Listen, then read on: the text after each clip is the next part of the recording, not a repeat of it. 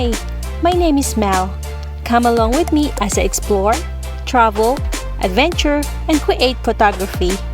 This is MinuteTour, the home for my adventure stories. Mystic Hot Springs has been on my bucket list for a while. It's one of these places that's on many people's Utah's bucket list.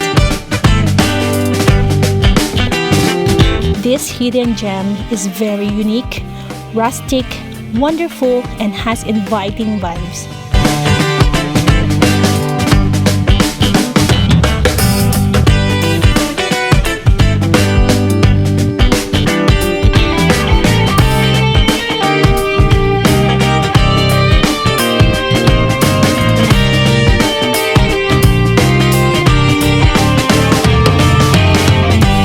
Mystic Hot Springs is located in Monroe, Utah, about a 2.5 drive south of Salt Lake City.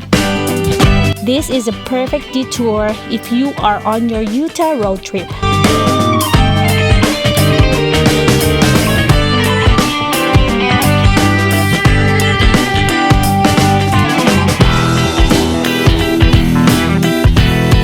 Mystic Hot Springs has been around for nearly 100 years and making it one of the most unique hot springs in the USA.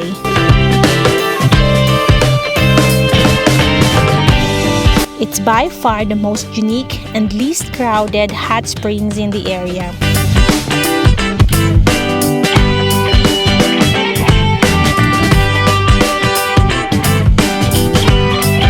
The natural hot springs flow into 6 old metal bathtubs and pools tucked in orange rocks and filled with natural hot spring water.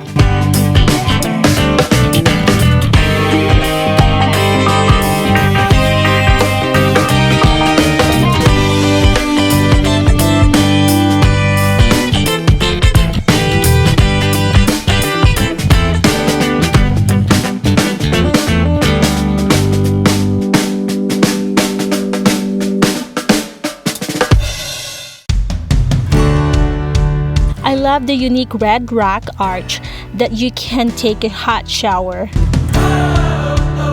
take a hot soak, and relax in the tubs. The closer you soak for where the water flows from, the hotter the water is. Each tub has different temperature. They are kept between 98 to 110 degrees Fahrenheit.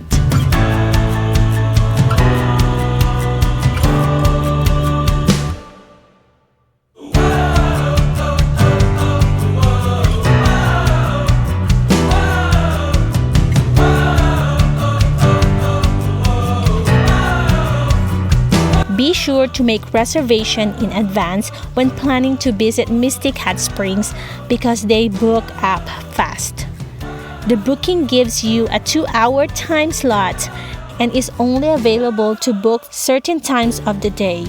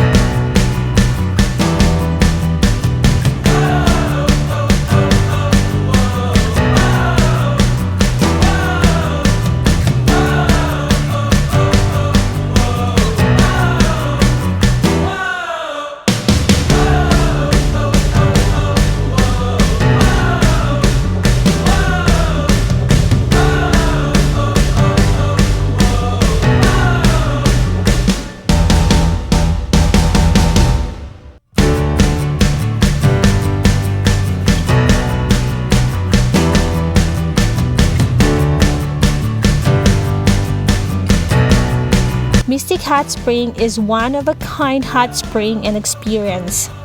If you like a very unique and rustic vibes, I 100% recommend it if you are in the UT area. Have you been to Mystic Hot Springs? What was your favorite thing about it? Leave your comments below. I love hearing from you. And stay tuned for more outdoor adventures.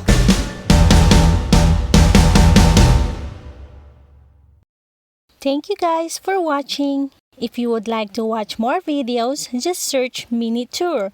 Remember, no space. And see you in the next adventure. Bye!